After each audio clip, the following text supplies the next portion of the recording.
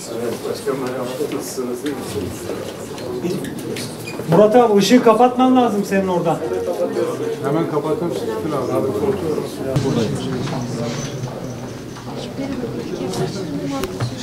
Değerli basın mensupları, hepiniz hoş geldiniz. Malumunuz olduğu üzere 28. dönem parlamentosunda meclis başkanlığı seçimini daha önce Sayın Başkanımız Numan Kurtulmuş Bey kazanmıştı. 2 yıllık süreçte de başkanlık yaptı. Süre bitti. Yeni bir başkanlık seçimi yapılacak. Yeniden kendisi AK Parti'nin ve Milliyetçi Hareket Partisi'nin ilan edilmiş adayıdır.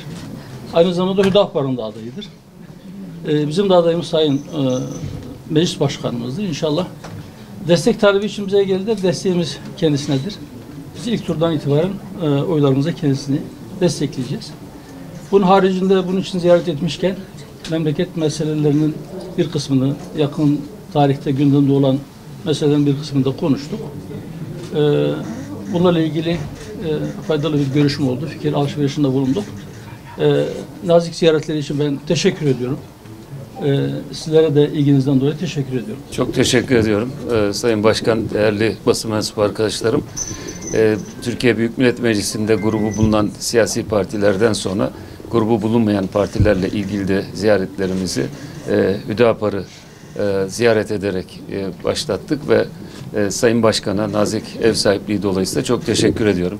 Kendisinin de ifade ettiği gibi Türkiye'nin genel meseleleri, özellikle son süreçte Türkiye'nin en önemli gündem maddelerinden birisi olan İçkale'nin tahkim edilmesi bakımından, Türkiye'de barışın, huzurun, kardeşliğin temin edilmesi bakımından fevkalade önemli olan terörsüz Türkiye süreciyle ilgili karşılıklı fikir teatisinde bulunduk.